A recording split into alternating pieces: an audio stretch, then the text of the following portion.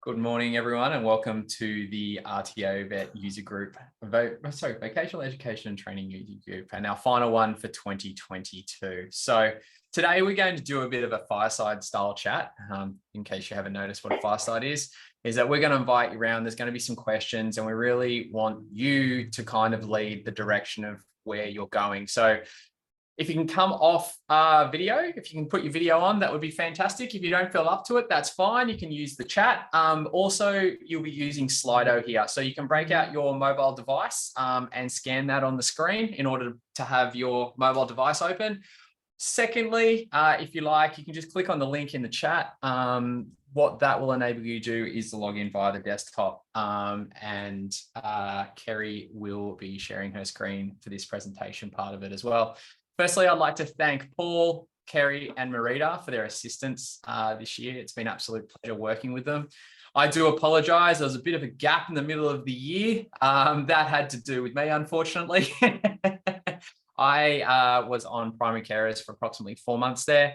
And then due to a small issue with my working visa, now that I'm located in Singapore, it was an additional month. So I do apologise for that. It's not that we don't love the group, it's just that there were just some hurdles I needed to jump through, unfortunately. But what I'll get you to do is once everyone's logged in to Slido there, we'll get Kerry to start off with the first question of the day.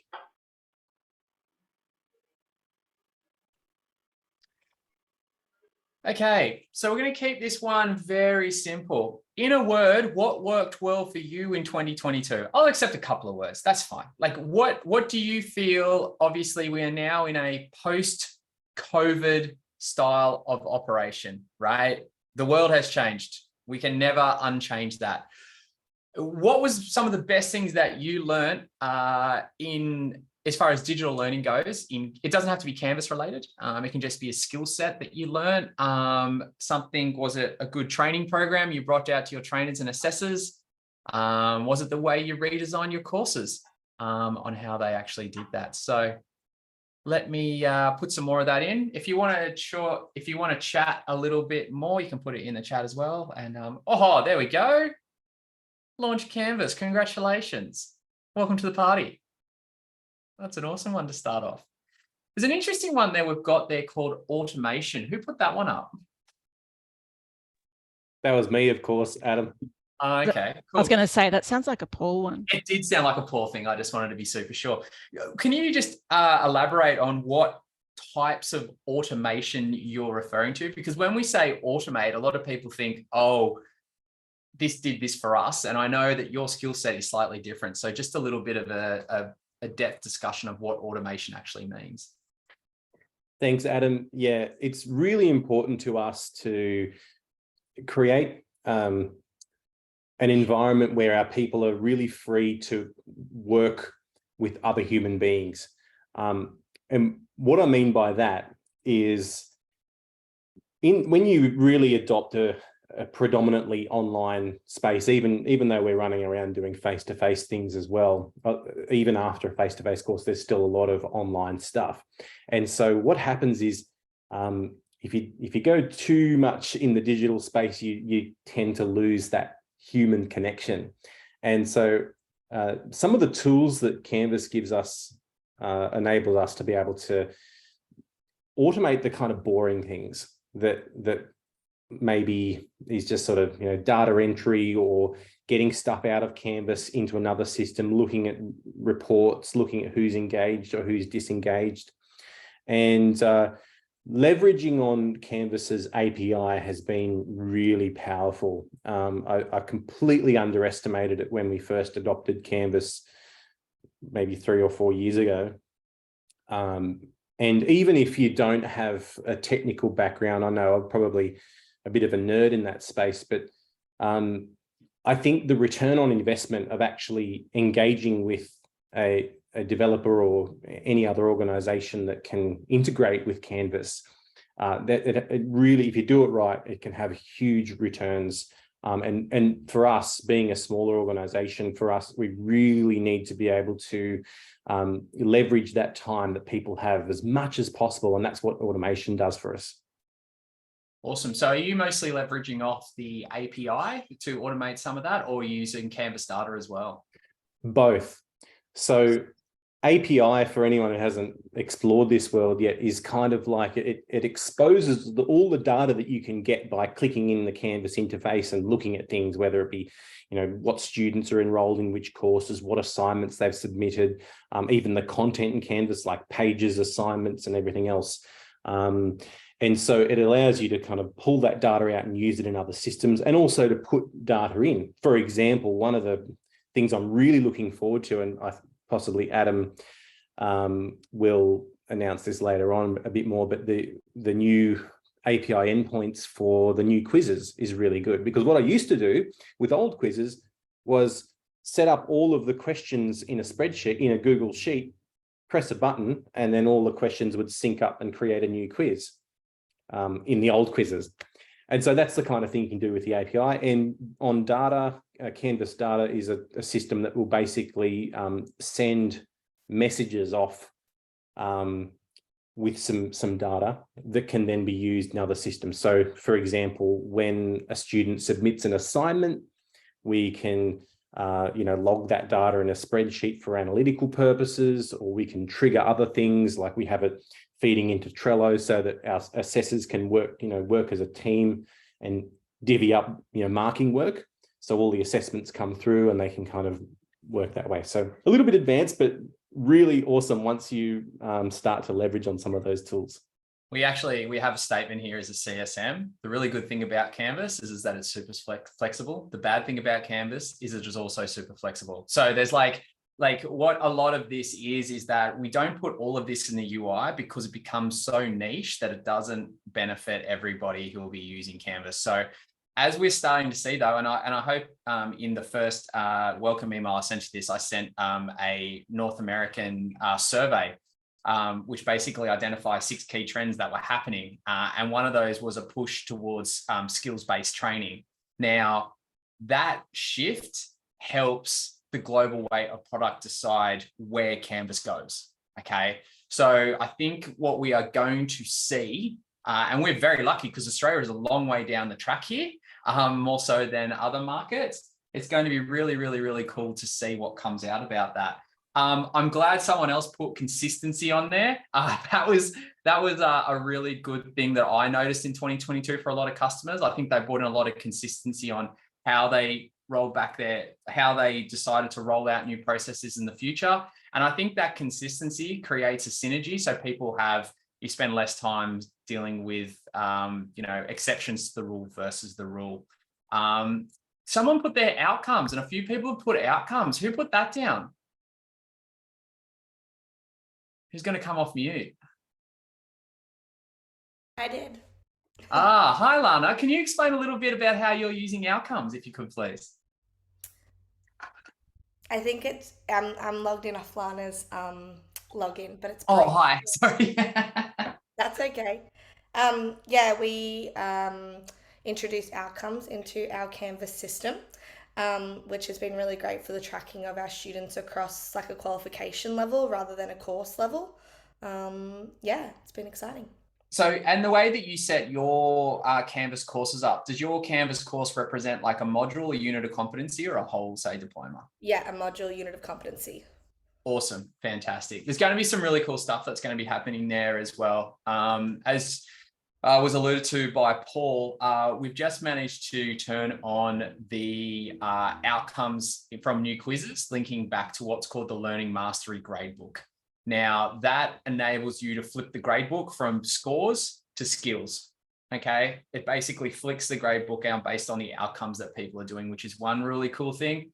But as Paul alluded to as well, opening up the API backend for new quizzes as well will just enable that to become so much more powerful as well. So I'm so stoked someone put outcomes.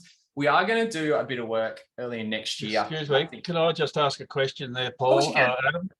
I'm actually Gary, not Suchitha too, so I didn't go through a gender change. That's going to confuse me. One of the things, and it's possibly based on the outcomes, and I'm more at a high level structural thing rather than the details, so I'm not sure what this new outcomes module does, but we have structured a qualification based on modules. So there might be 25 modules or units in the qualification, and we started off, we've stacked them all in together, and we can allocate different units to different students according to what their training plan is. So I'm vet related, not higher ed or K-12, yep. secondary school. Yep. What we have discovered with that structure is an inability to readily statistically manage who's doing what unit when and what success they've had in the grade book. And that we've tried big data, but we've been quoted quite extraordinary prices to extract what I would argue is how many students are enrolled, when are they at, how many units have they done, and when are they due to complete. So yeah, so that's always been an interesting question.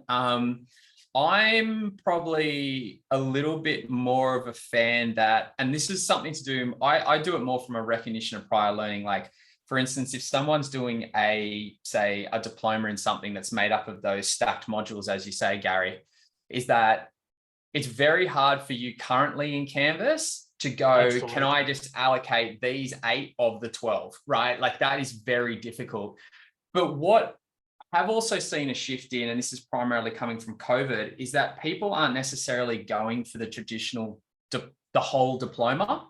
They're just wanting to enroll in certain modules within it. Now, on that though, our RTO is funded to deliver a qual, so we must. Yeah. Okay. Cool. Yeah. Fair enough. But so that is dependent on successful outcomes. Yes, we can be flexible about the timing of commencement and completion and that sort of thing, but we don't have a ready retina, for want of a better word, about how our cohort of students are doing, where they're enrolled, and that kind of thing. And yeah, so the cool thing is about outcomes is outcomes don't necessarily need to be skills, right? This is where you can start to be a little bit tricky with outcomes. I saw Marita's about to come off mute. Were you about to say something, Marita?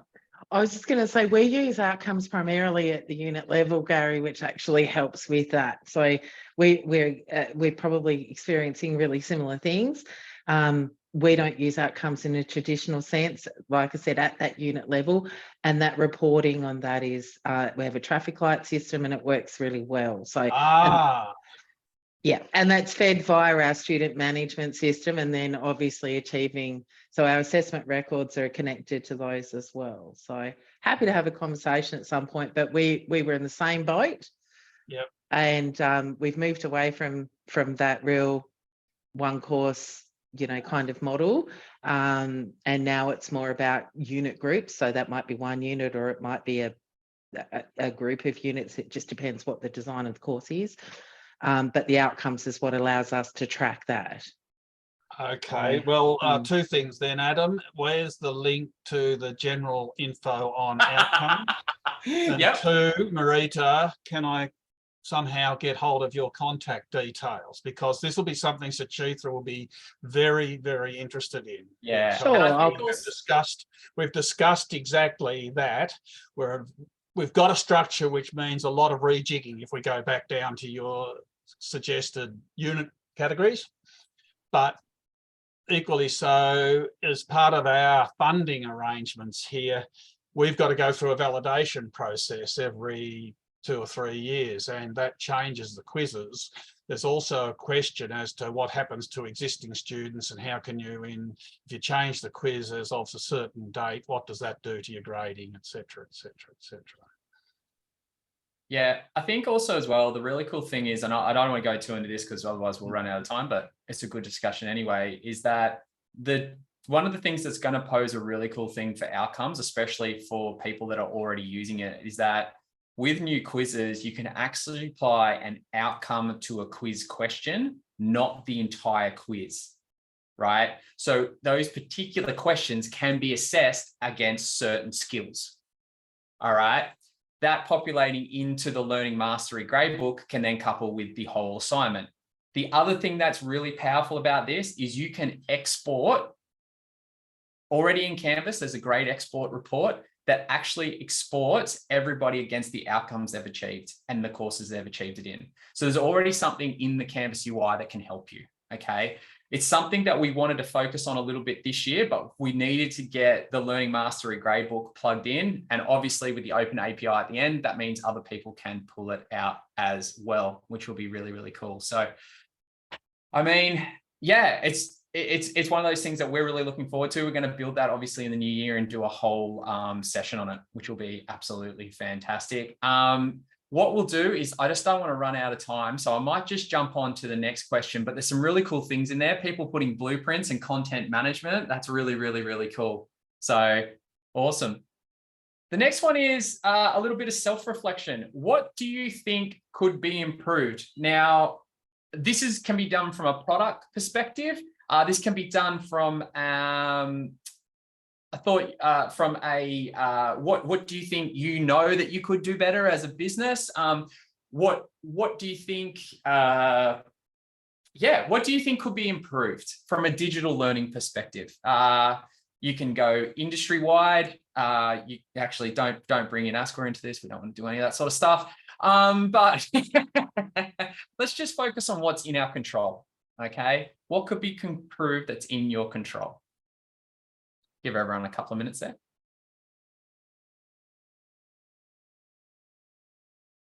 Oh, cracking suggestion. Absolutely. Who put in admin progress reporting? Come off mute.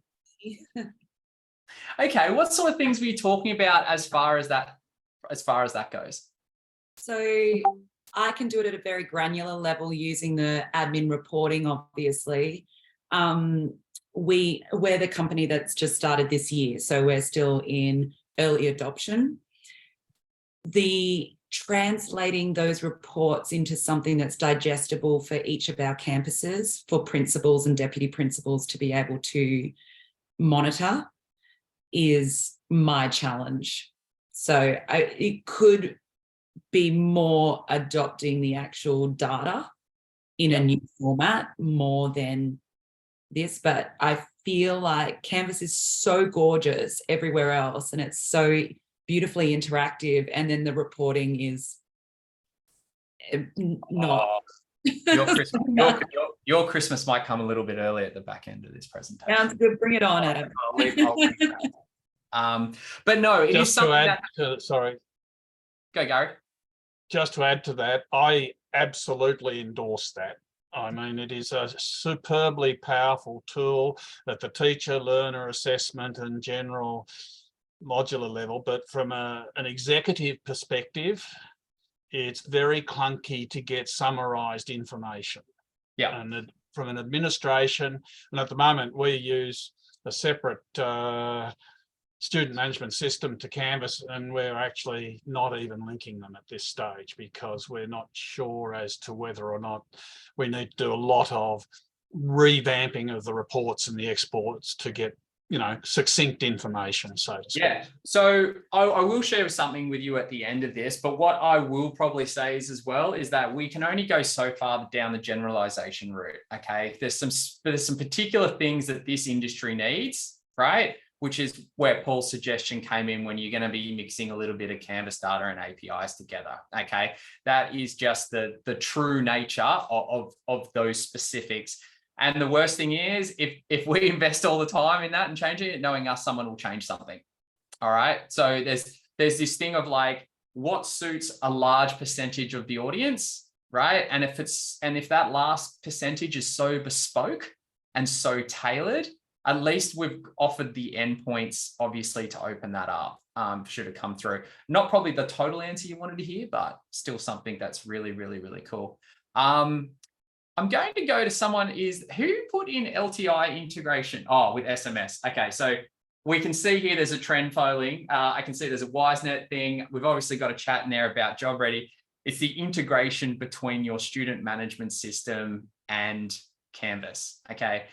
The one thing I always say to people here is that just because a system says they integrate, that integration is completely different system to system, Okay, it's completely unique with what you want to pull back.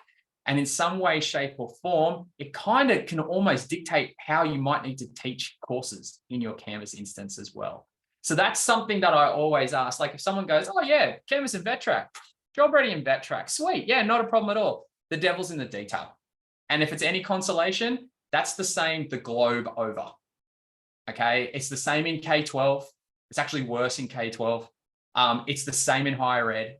It's the same in vocational education. Okay, a lot of people think it's a plug and play system. That's fantastic.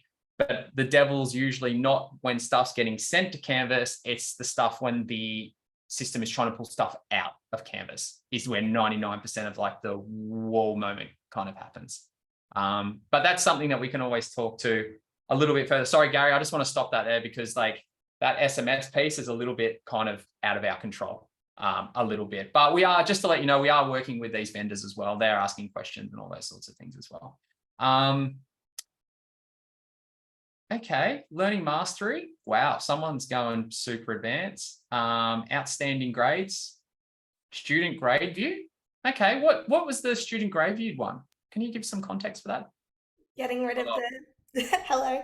Getting rid of the automatically checked box that grades based on grades, calculates the grade based on graded assignments.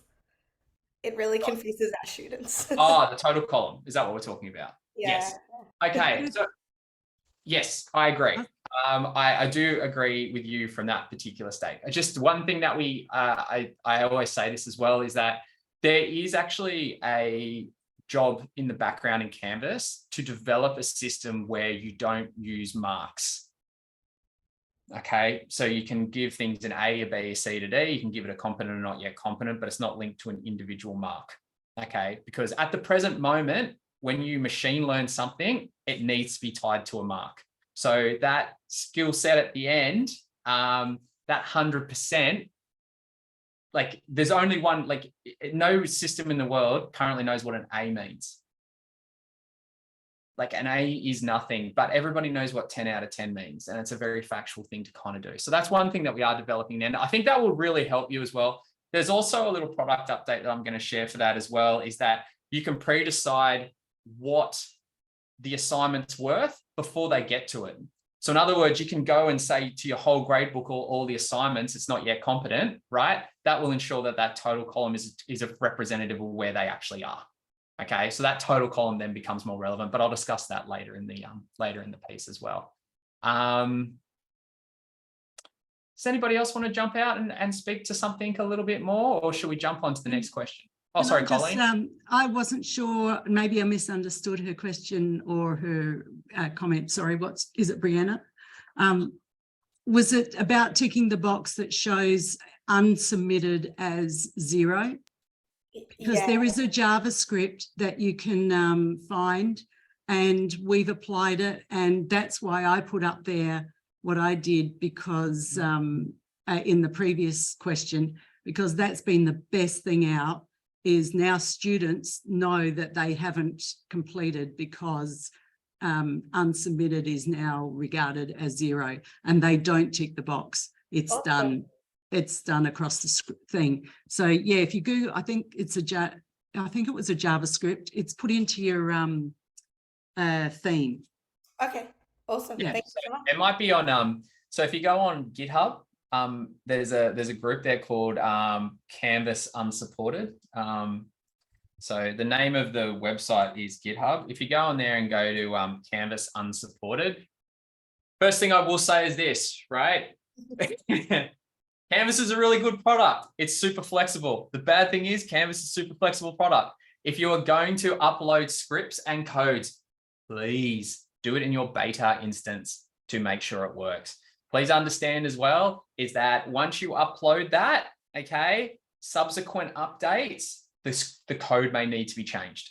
Sorry. All right. That's all right. Is that it subsequently may need to be changed. Okay. But most of the people put in their themes as well. And that's why some people jump on there and they look at a canvas and go, is that canvas? That looks like nothing like mine does. That's what that scripting allows you to do. You're actually putting skins on there as well. But I think we can probably move on to the next question, Kerry, when you're ready. I do love the amount of discussion around student management systems. If it's any consolation, that's probably what we get the most questions on as well. Okay, in a word, what was your biggest learning in 2022? So what was the what you can, as I said, you can use a couple of words here. We probably shouldn't have said in a word, but like let's just keep that with that. We're trying to keep it as succinct as possible.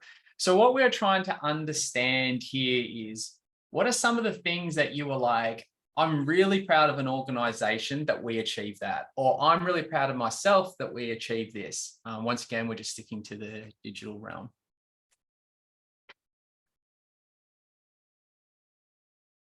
Oh, spicy. Who put that one down? That might have been me. The panel has spoken. How exciting. It wasn't meant to be spicy though. Like I think because we've just been working at such a fast pace, Adam, for years and years. And this year we just went, you know what, tools down, stop, just stop. And, let's consolidate a little bit. Yeah, and actually making that the priority. So rather than this off the side of your desk, so think and planning. So the, things like our releasing the new filters in the gradebook, making sure that we know that we have a new media tool, making sure that we got that right. So rather than trying a couple of hours a day, we have actually solely dedicated a person in our team now to only working on updates, improvements and things. We're not giving you delivery people anymore. You are solely focused on that, and doing that's the best thing that we ever did. Yeah, I must admit, I as a CSM, it's one of those things that I get great excitement by hearing a problem and having a natural solution to it. But there's obviously a testing part that comes along with this. There's a rollout part that comes to this. And that's why I'm really stoked to see the amount of people focusing on consistencies here, because that consistency, by coming back and regrouping, you can ensure that you are consistently rolling out a really good experience and solution to your users, and also to your trainers and assessors as well. I mean, they need just as much support as your students in some cases as well. So yeah, that's really, really cool. I love the consistency for end users and design. For the people who wrote that down, have you got feedback from your your students and your assessors? Are they a lot happier? Are they finding it more enjoyable? Come on, you can't write. I'll make a comment. That I can quote Adam, that Canvas's best feature is its flexibility, and its worst feature. The biggest one for us was even the little things like the order of the menu on the left. I wear two hats at the moment. I'm only wearing one, obviously, but supporting our RTO and also working the 10 to 12 space. And the different needs, even within different vet courses, but then kids and students and adults doing different ones and not knowing where the menu, which one it is. The problem is that the really good trainers have actually got stuff that is really, really good, but to try and make it usable for everyone, some of that gets sacrificed. And so going into 23, that's been the biggest decision we've just made, is to say, we're not going to have as much freedom, and the negative of that is that some of our courses won't be as good, but what it means is that the other courses will become better quicker. I think Kerry was going to speak to something along those lines as well. Yeah, the consistency is really important for students in terms of cognitive load, because if they get used to the way that something is presented to them, then they're not having to think about that in the same way, that it becomes more automatic to how to find something, where it is on the menu, where things are going to be located on the screen. And so some of that becomes a little bit more automatic, and then they can focus more and retain more information as they're working through your course. So it's really important from the student perspective in terms of learning and retention, and then also in terms of processes. and Marita might be able to add to that as well, because if you've got a large organisation, having that consistency means things become easier, things are more automatic. You don't have as many mistakes happening. So really important all round, I think. Yeah, I agree, Carrie. So we blueprint everything. Absolutely. There's nothing that goes through that isn't blueprinted for that very reason. We've learned some really valuable lessons in that space. So also, you know, taken a bit of a slightly different tack as well. So we've worked through a few different approaches where we've got this course that's all pretty and done up front, and then all of a sudden we realise that we've lost some of the flexibility, where now we're treating that more like a blueprint, more like an actual kind of an agreed bank of resources, so to speak. And so we've got teachers that are teaching the same qualification, putting things together, but they're using their ingredients from the left-hand side. So the pages and the assignments and everything exists there, but they're bringing them in at the point in which they need them. So they're building their live courses from those ingredients, so to speak. So that's just one tack that people are doing. And then we've got people doing it in reverse. So they're actually building things as they go. So we've learned to live with all of those options, and we've learned to live with the fact that they all work for really valid reasons. But the key to that's the blueprint and how you manage that blueprint and the process that sits around it, and the subject matter expert training. That's been the really big learning for us, I think, in that space. And content management's one of those things. There are tools like course templates, there are blueprints, there are commons, there's direct share, there's course copy. There's a lot of different tools there that you can use, but depending on where you are in your Canvas journey and where you are in your content management and how you're rolling out, you might be using a combination of two, depending on where you're at. And always, if you ever want to ask the question about this is what we're trying to achieve, reach out to your CSM. That's something that's something that we can put in a plan in place to ensure that you really get long-term success. I love people putting onboarding. That's great. So is that onboarding for a student? Is that onboarding for a trainer and assessor, or is that an onboarding for everyone? Who put that one down? Me. Oh, you're nailing it today. I can't even talk. I don't know. It's like you've spoken to me a few times. I don't even know why I'm putting all these things. I can't even answer the questions. Yeah, both onboarding for our education department and also onboarding for our students. So I think the biggest thing that we sort of saw as a priority was that creating a customized onboarding system for the processes that we do within our organization, and then getting on the feedback from educators or seeing things that maybe haven't clicked right away and continually adding to that onboarding sort of course, and having it as a, having accessible items in there to actually see how the educators are taking on those new principles and sort of learning structures, and what maybe they're not getting right away and how we can fix that.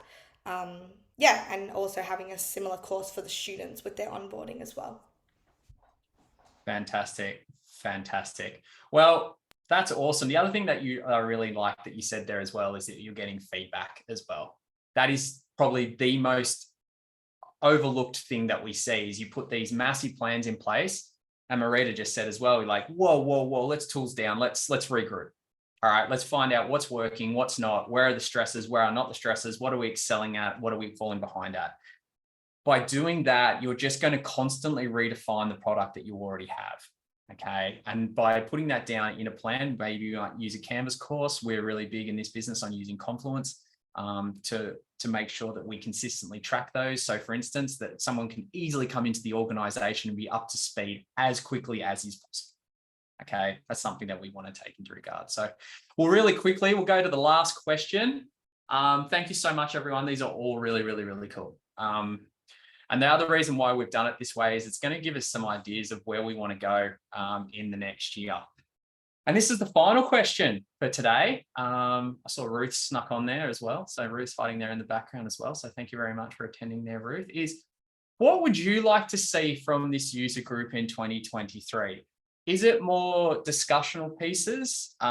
Is it more of us sitting down explaining how key pieces of Canvas work? What would you be what do you want to see more out of this? Okay. I mean, this user group is designed for you as the users. Okay. It's something that we offer because there's only so much context for a market that we as a CSM team can give. Okay. And this is really handy, especially when I've got another CSM on this call. I've got a product manager on this call. Yeah, it's one of those sorts of things that is one of the things that we talk. So examples of practice. Okay. That's really cool. So I assume that's like taking a Canvas function or a feature and then spinning that into real world terms for the industry. Is that kind of what is that a head shake of like, yes, that's what we want, or have I completely missed the point there? So that was mine. Hello, Catherine. Hi. I suppose I find, because I sort of dip in and out of these meetings and I dip in and out of Canvas a little bit, but people have these great conversations in these meetings and you're going, oh, that's a great idea. And you try and write it down, but it would be really nice to see it on the screen and sort of see an example of it. I'm a very design, like I like to see something. I can't conceptualize it in my brain, particularly at this time of year. So yeah, if we're talking about examples, maybe having someone share their screen to sort of to have a look at it, what it looks like in Canvas. Yep, that's cool. Yeah, no, that's something that I've definitely been aware of as well. Yeah, that's a really good one. I love that sharing challenges. As we saw before in that other one, there was a very distinct theme surrounding student management systems and their integration into Canvas. Okay, that's a big challenge that we can obviously overcome. A little bit out of our control, I will admit that, but there are people that have rejigged the system a little bit to go through and do those sorts of things as well. How to assess field observations. Ooh. Yes, that is definitely something that I have got a plan in my brain of how that's going to work, but there was actually a really cool feature idea that we were going to talk about today, but it's actually been pushed back to January. So not a big one. I know it's one of Marita's favorites, so I'm going to I know that she loves what I'm about to say as well, but a mix of question times, feature releases, how they help embed, and new quizzes examples for students. Okay, there's going to be a lot of stuff on new quizzes in the next 6 to 12 months, for sure. Prepared to be bombarded. The other thing I will say is there's some really cool functionality. As you know that we mentioned in our discovery that we are going to be looking on a build on last attempt style theory for quizzes moving forward. It's on our roadmap. The thing is though, a lot of these features will be attracted or solely unique to new quizzes. So at the moment, if you're on classic quizzes, you will at some stage need to move yourselves over new quizzes. I'm not saying, Catherine, I know like you're in and out of this meeting, don't do it right now. Okay, just don't do it right now. What you need to do is you need to assess the pros and the cons and formulate a plan in which to do this. You just don't want to turn it on, if you know what I mean. Both for it. I'm very guilty when it first came out a couple of years ago. I was very excited, get everyone on it. And yeah, we all know how that ended for a few of us. Okay, so I do apologize. Colleen was one of them. I still apologize to Colleen every time I see her. It was a little bit presumptuous on us, but we're really excited about what it is now because we're actually starting to see the progress coming in, such as Paul was asking about the APIs. That's a big thing for him to therefore open up using new quizzes full time. So there's usually 1 or 2 little caveats that you need to really be aware of before you do. But thanks very much for this, everyone. This is all really awesome stuff. And I'll take this away and sit down with the team and go, what can we focus on and how can we do it? More? Okay. Yeah, sure. I think that's really, really good.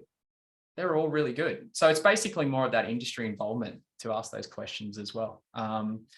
Obviously, it's really cool if the situation comes that we can get together, like for instance, we end up going to Velg or something like that, and we can get some time. That would be something I would really like to do as well, but it just depends. The brave new world, as we call it, is slightly different as well. But thank you very much, everyone. I will now ask. Yep, that's perfect. That's what I was going to do.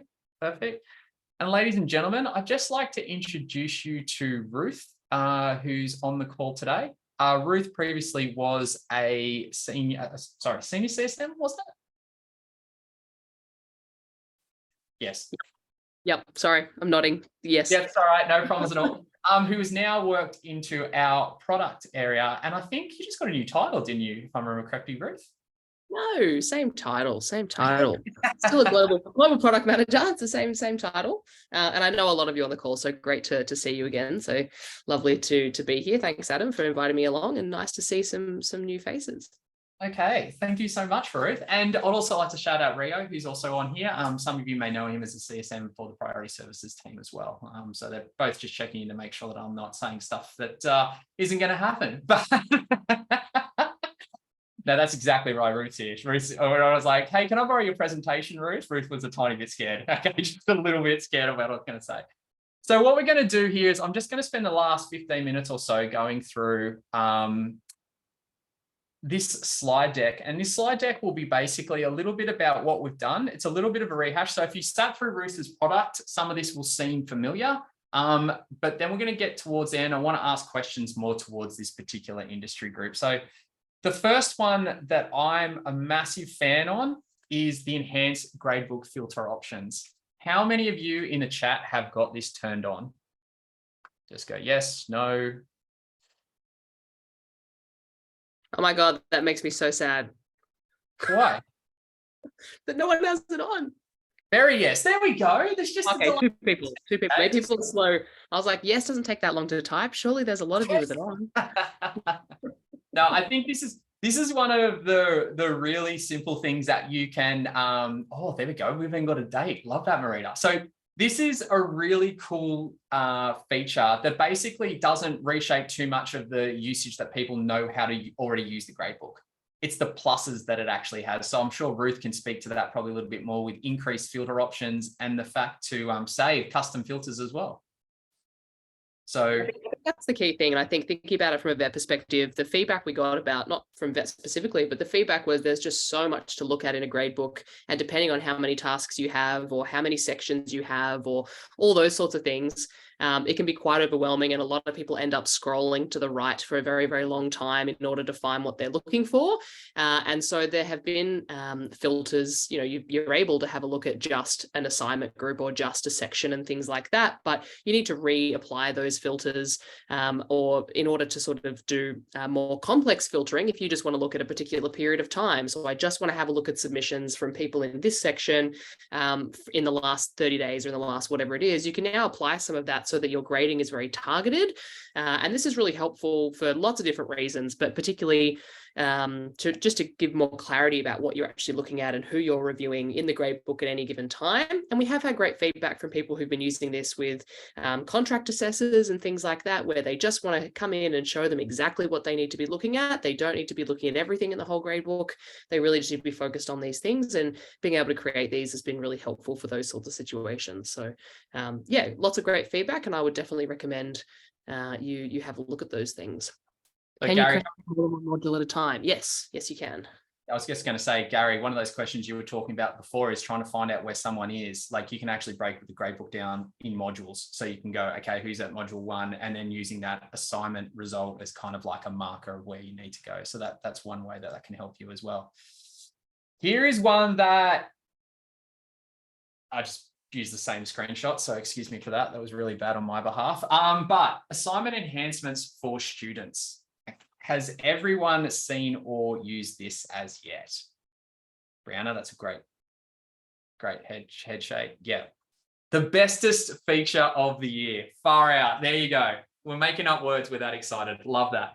I personally think now that we've, the last little piece that was very reluctant for a lot of people to turn it on was its ability to work with third-party LTI, such as Turnitin. This has since been corrected.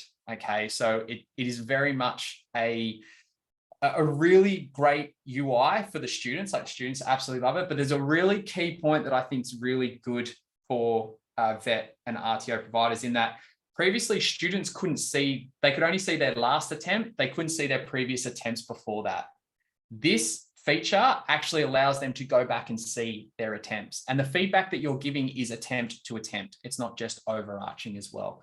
So I think when you're trying to give feedback on an assignment, thanks, Paul.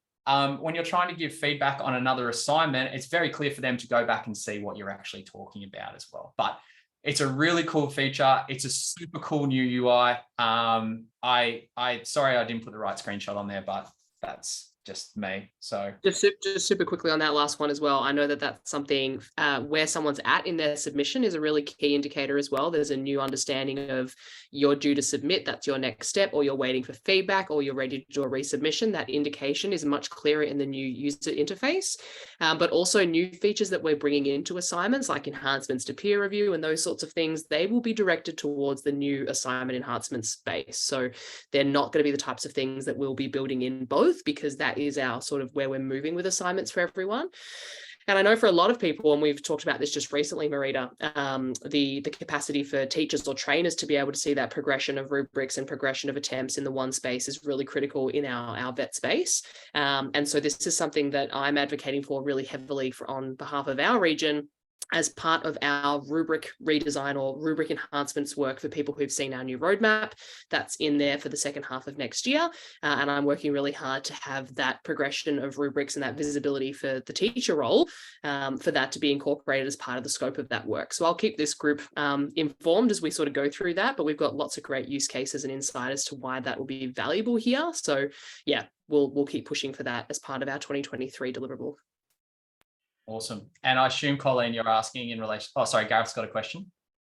I'm just going to say for the enhanced, I'm the bestest feature this year, but I'm going to say there's one caveat that kids, adults and people often find that the bit where you submit the new file can roll off the bottom of the page. I think it is the drafting multi thing is just sensational and people being able to find it. But we do get people saying, I'm trying to hit the submit button and nothing's happening because they haven't chosen the file to upload yet. Because it's, if you've got a large chunk. Minor UI one for the return on how wonderful it is. Oh. That's all right. You made up a word. That is feedback we have heard from other people as well, Gareth. So I'm really glad that you raised that. And it is something the team's looking at from a design perspective, how we can make that more obvious for the end user. So great feedback, and we're definitely on that. And I'm sorry if I feel like we're going through this quite quickly. I just want to make sure we get everyone away on time. This one is super simple, right? It's the ability to set a default due time. Okay, there's nothing worse than going in and going through and creating multiple different assignments, and then obviously you have to go in the date and the time. You as an admin can set this. Oh, that's a good question. Can you set it by well, this is at the account level. So this will roll out for everything below it, Gary. So basically everyone. You don't need the blueprint. Does the blueprint override that though? I don't think so. I think it'll be set from more the account kind of perspective as well. As I said, super easy thing to just do. Set all your assignments due at say 5 o'clock in the afternoon or 4 o'clock in the afternoon or something like that. That would be a Ruth question, Rio. I haven't played around with it that much. This was something that Sorry, it doesn't. So if you have things that are already set from previously, they'll be maintained. It's only for future set assignments. Yeah, cool. Another one is a little bit to what we were talking about before about the imply score to ungraded. Okay, so this is a little bit more about what Colleen was probably talking about, but Colleen's obviously using a script as well, is that you can pre-give a score to assignments that are ungraded. Okay, so in other words, by giving them, say, a 0, it comes up as, if you're using grading schemes, it's coming up as a 0. That will affect that percentage at the end. Okay, so there is a way in which you can do that. I think it's a really cool way to do it, but obviously, as Colleen mentioned before, there's also scripts out there that can also do a very similar tool for you, a job for you as well. This is natively in Canvas. Okay, so we support this as well. So it's really, really, really cool. Page publication dates. So these relate to, you can create a page and publish it at a particular time. So previously this functionality only existed to modules. You can now do it for pages. Okay, so if you want a page to come out a particular date in a certain course, you can do this as well. As I said, I'm just flying through this. One thing that's always been asked is a little bit about those who are using Canvas Studio. There is now a quick edit feature. Okay, so you can upload a raw video. Something that I was going to say that was really cool about, someone was saying, how do we get field assessments into Canvas? I think this is one of the things I'm kind of really big on is getting more video evidence in there of this particular stuff, and then using like SpeedGrader as a way to assess as well. This is another great way if you are a current Studio subscription user to get in there and edit that video as you capture it as well. It doesn't mean they need to go to another product, another engine to do a mass edit. It's just very, very simple with what you can do as well, which is going to be really, really, really cool as well.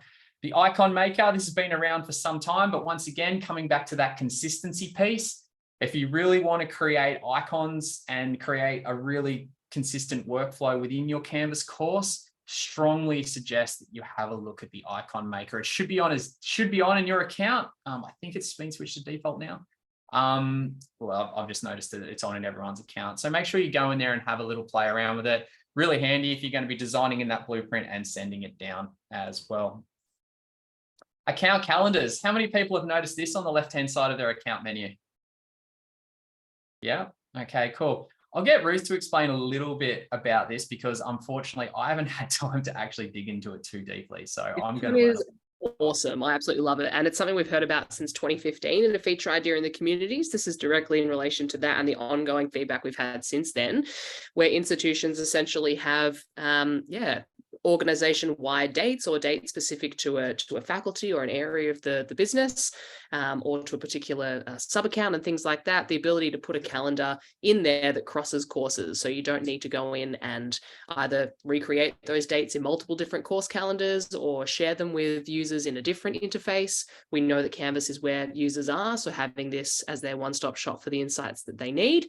At the moment, this is something where you're able to create those dates in an account calendar that can be for the whole instance or for just one or multiple of your sub accounts.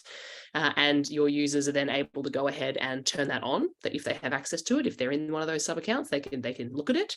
But we're also looking to enhance this by making that's more of an opt-in workflow. We're looking to enhance this by making an enforced version of this based on feedback, where they won't need to go through that process to actually turn it on for themselves. They will just be able to see default organization-wide dates if there's dates that have been populated in the account calendar that admins want everyone to see. So we are looking to improve this in the coming months as well, but that's the functionality that exists in there today. Awesome. Thank you very much. Course pacing. Now, we probably would have explained a little bit about this earlier at the start of the year. This allows people, you're allowed to set your course up based on a start date. When are certain things due? So in other words, if someone starts on a Monday, you have an assessment due in 2 weeks. Should they start on the Wednesday, it pushes that date down as well. It's just a really great way to use for consistency, especially if people are on specific learning plans as well. There is something that you'll need to understand, that the dates are fixed based on when they start. Okay, it's not, if you want to go in there and individually massage from that, you'll still need to go in there and do that, unfortunately. But gives you a really great way to start using those sorts of things as well. I've played around with this a lot. I think it's really, really, really, really cool and really handy in certain use cases. Feedback visibility. Okay, so this is for inside the grade scheme as well. As you can see, you can actually go in there and it actually approves. You can actually see clearer if there's feedback that the student needs to see or the teacher needs to see, or those sorts of things as well. Sorry, I'm rambling a little bit. I'm just mindful. There's one thing I really want to get to because I know it was mentioned on our on our chat. Studio Media Insights. Once again, if you're a Studio subscriber, these insights are going to become, a lot of people have asked this question about, we need to get better data around that. Once again, the API for Studio is also available, but this is another way to provide that inside the Studio UI. If you haven't got emojis turned on, please do it. It is cool, okay? It allows people to speak as if they are texting you. It is sick. It is, especially for those vets who deal with K-12 students, this is a really great way to kind of bring that in. Now, there is one thing I will suggest to you as well, is that our team has been pretty good at culling out the emojis which have less than desirable meanings. But should you wish to change that in your specific instance, as an admin, you can block certain emojis as well. Okay, so I just want to let you know that as well. We've put a pretty good control on it, and you can also put additional controls on it as well. Zoom still has them. Yeah, I'm sure you're going to go through all the emojis now in our chat, Rio. Thanks for sharing that. This was actually a real sneaky one. I didn't know this until I updated my that, but the mobile layout selections changed, and it's got a much cleaner flow to it. How many people here suggest people using mobiles or know of people using the mobile app at their institution as well? Yeah, this was really cool, and I think it's something that will just only assist with users that are going through. Now, here comes the fun part. Ruth, I'm going to get you to speak to a little bit of this. That's very unfair. There's only 1 minute to go. There's a new roadmap. If you haven't looked at it already, Google instruction product roadmap. Next slide. Let's go. Next, there's one for each product areas. If you just want to look at Canvas, you can look at Canvas. Admin analytics, brand new inside Canvas analytics at the account or the sub-account level for people with the appropriate permissions to look at overall Canvas adoption and engagement. So information you might have received in EBRs previously, you can see right there within your instance whenever you want, as well as course engagement and insights and instructors and student engagement as well. So start to look a bit more at student at risk and seeing people who are maybe not engaging as often as you might like, or from a performance perspective and a marks perspective, maybe dropping behind where they might need to be and who you might need to be tapping on the shoulder for. So this is coming. We're targeting Q1 next year for this for every user in Canvas. This is not an additional cost. This is just part of the system that we are upgrading. So super excited about this and more to come. Next slide. Canvas Data 2. I don't know if a lot of people here are already using Canvas Data or Canvas Data 1. We have the brand new Canvas Data 2 platform in beta at the moment. And this is also targeted for Q1 next year for all customers to have access to it. If this is relevant for you, speak a bit more about it with your CSM, but super excited about this one. Low latency data, less than 4 hour data in comparison to the 24, 36 hours that we've seen in CD1. And ultimately, this will be our full data platform solution where you'll be able to actually get data, not just from Canvas, but from Studio, Catalog, Impact, all Instructure products. That's the sort of future vision of that product as well. Next slide. This is a big one for everybody. Everyone's very excited about new quizzes and seeing where new quizzes is going. But ultimately, there is so much going on. If you have a look at that roadmap that we plugged in the first 7 seconds of this segment, you will see how much new quizzes functionality is being thrown into the roadmap next year, which is really exciting.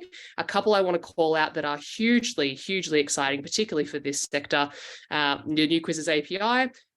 Build on last attempt. You'll see that on there, which is super, super exciting. The ability to export new quizzes out of Canvas and also share new quiz content to Commons has been a really big thing for a lot of people.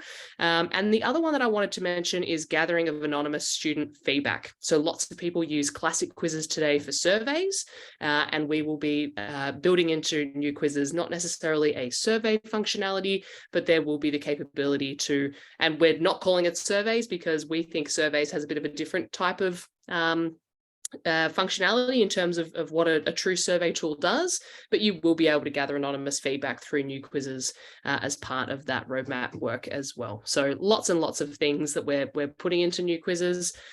Please jump in and have a look at those things on the roadmap because it's really critical to us that every customer feels like they want to move to new quizzes because it's the better offering, not that they have to. So really pumped for where we're heading there. Thank you so much, Ruth. You did that so much faster than I ever could. So thank you so much for finishing it off. And as I said, thank you so much, everyone, for the 2020-22 year. Colleen and Gareth, I'm not going to pick a winner between those two get-ups. Like we'll find something to get over to you. Okay, like so much work, Colleen. Those glasses are amazing. So thank you so much, everyone. As I said, we're going to take this feedback that you've provided today and we're going to try and build something that's going to be really cool for you in the 2023 year. But in the same breath, I hope you've got some time off over this period to relax, spend time with friends, family, if you need to travel and all those sorts of destinations or places that you haven't been in a while. So on behalf of everyone in Instructure, have a really safe holiday break and we'll see you happy and healthy in 2023. Thank you very much, everyone. See ya. Thanks.